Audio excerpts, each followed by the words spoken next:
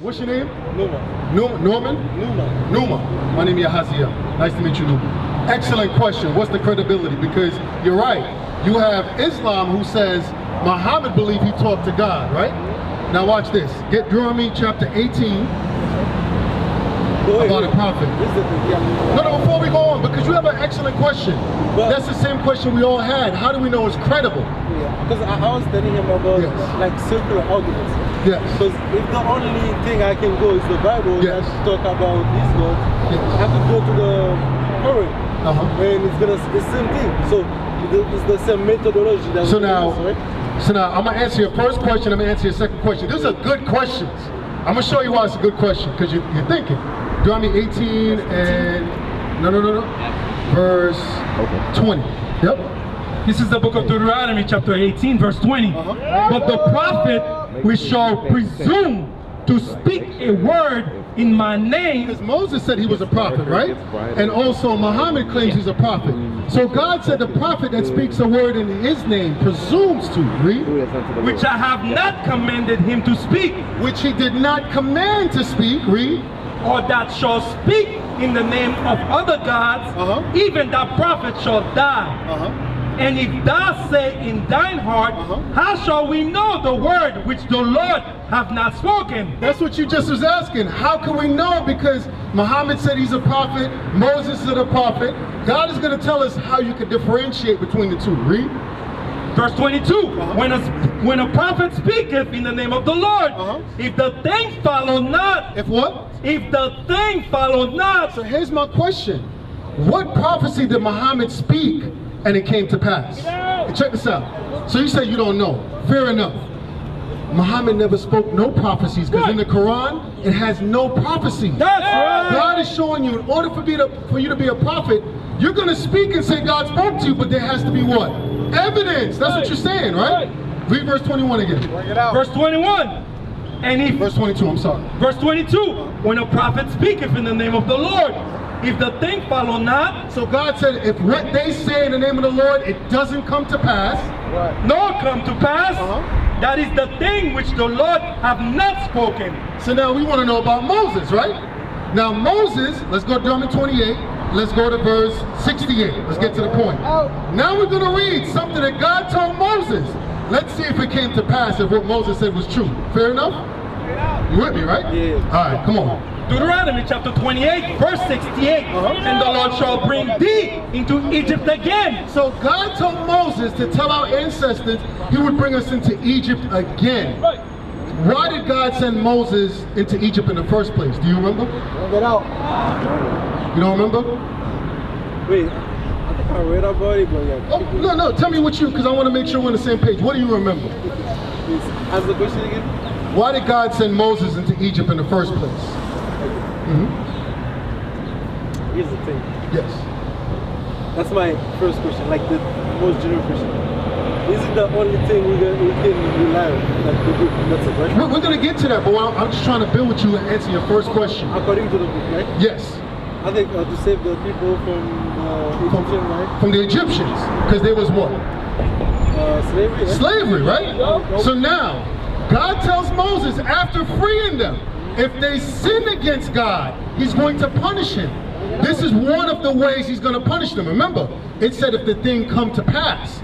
We're going to read about the punishment, and you and I are going to look at physical proof to see if it happened, right? Come on.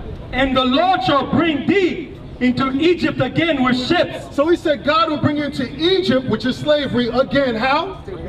With ships. You're from Haiti, correct? How did your ancestors move around in slavery? Ships. On ships. I'm from Jamaica. How did my ancestors move around? Bring it out. What? Ships. Okay, what about the African Americans over here? How did they get transported? With what? Bring it out. Ships. With slave ships, right? Wait, hold on. But this is what God told Moses over 2,000 years ago. At that time it didn't happen. But did it come to pass? Did it come to pass? Yes. This is how we know the thing the Lord has spoken. Now, is that evidence? Come on now, dog. Come on, man. God told Moses we were going to slavery in ships. 2,000 years later, it came to pass, and that's not evidence?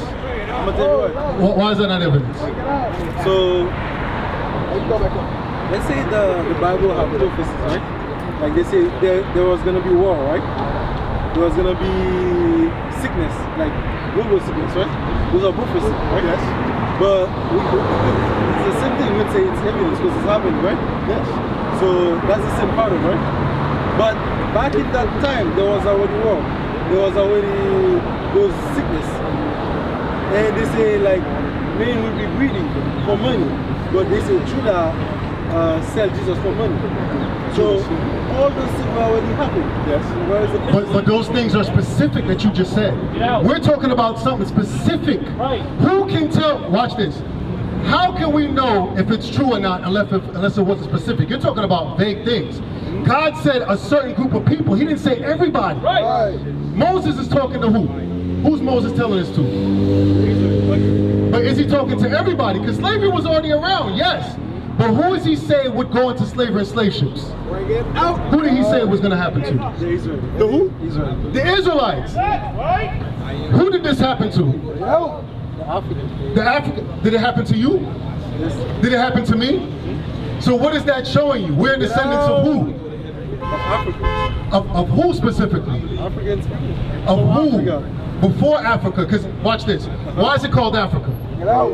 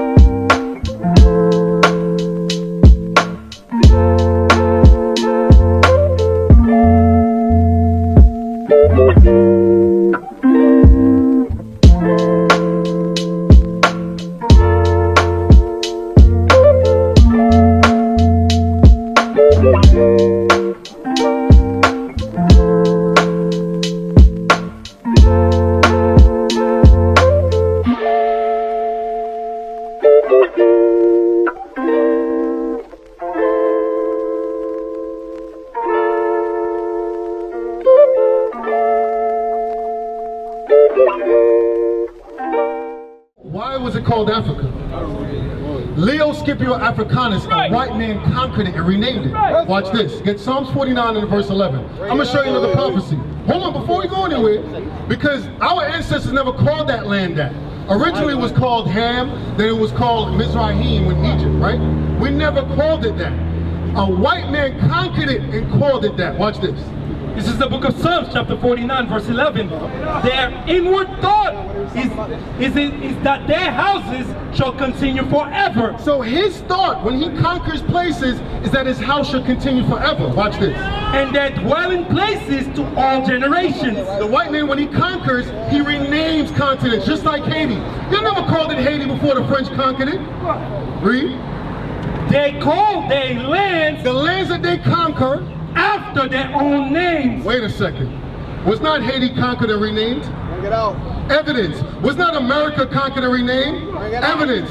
Jamaica conquered and renamed? Evidence. But this is written in Psalms. David said this. How can David know that a man would come and oppress a land and call it after his name? Right.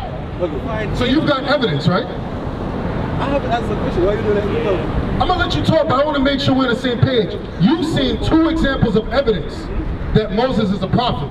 He said your ancestors were going to slavery in slave ships. You said it happened.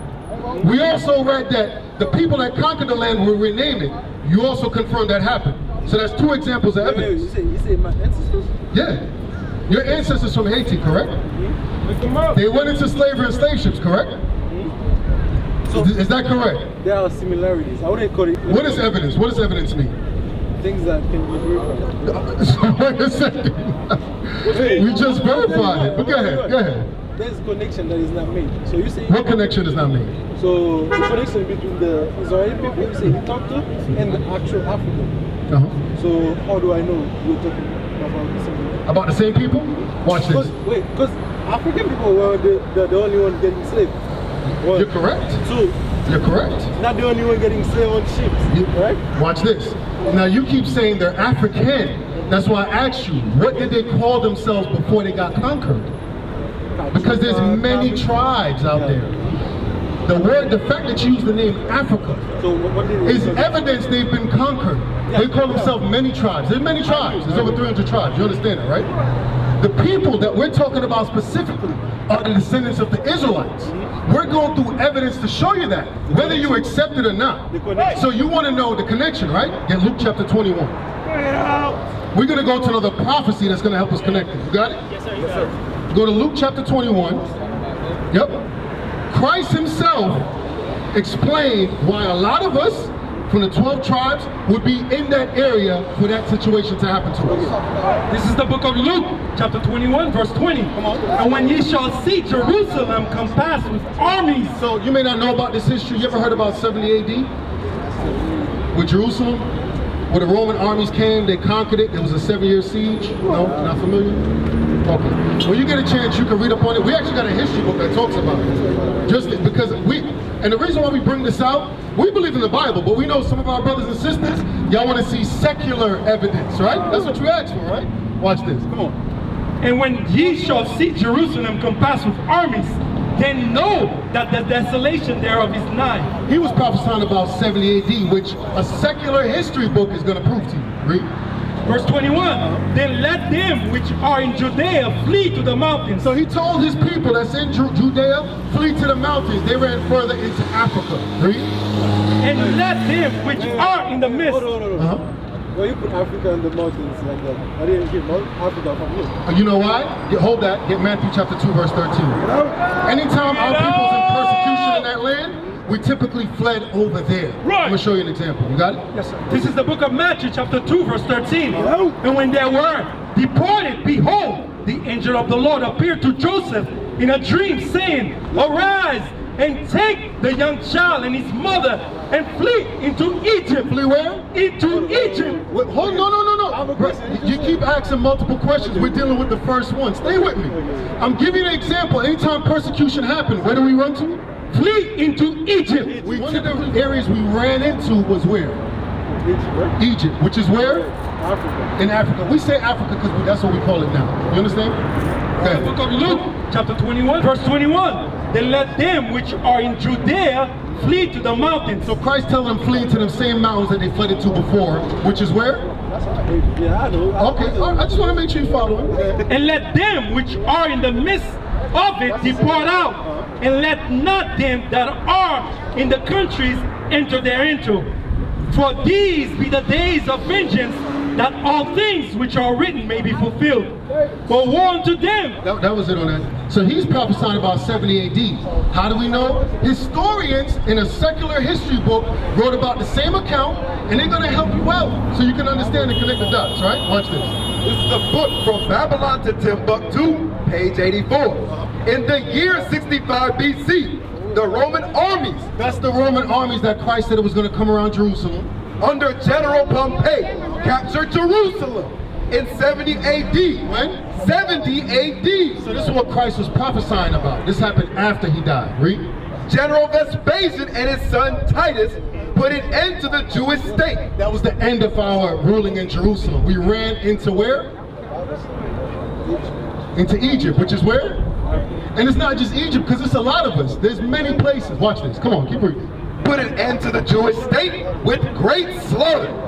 During the period from Pompey to Julius, it has been estimated that over 1 million Jews, how many? 1 million Jews fled into Africa. Where did they flee into? Fled into Africa. 1 million people can't fit in Egypt. We kept running further and further to what you know is today is called the Gold Coast, for example. That's where a lot of us got captured later on in time and transported to various different places.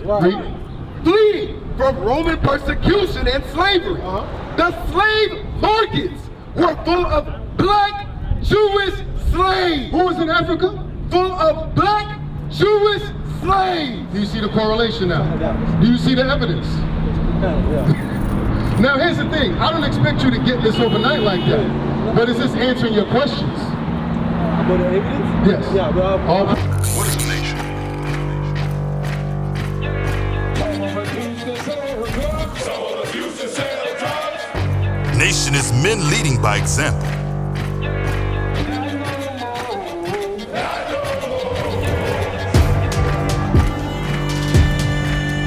Nation is family.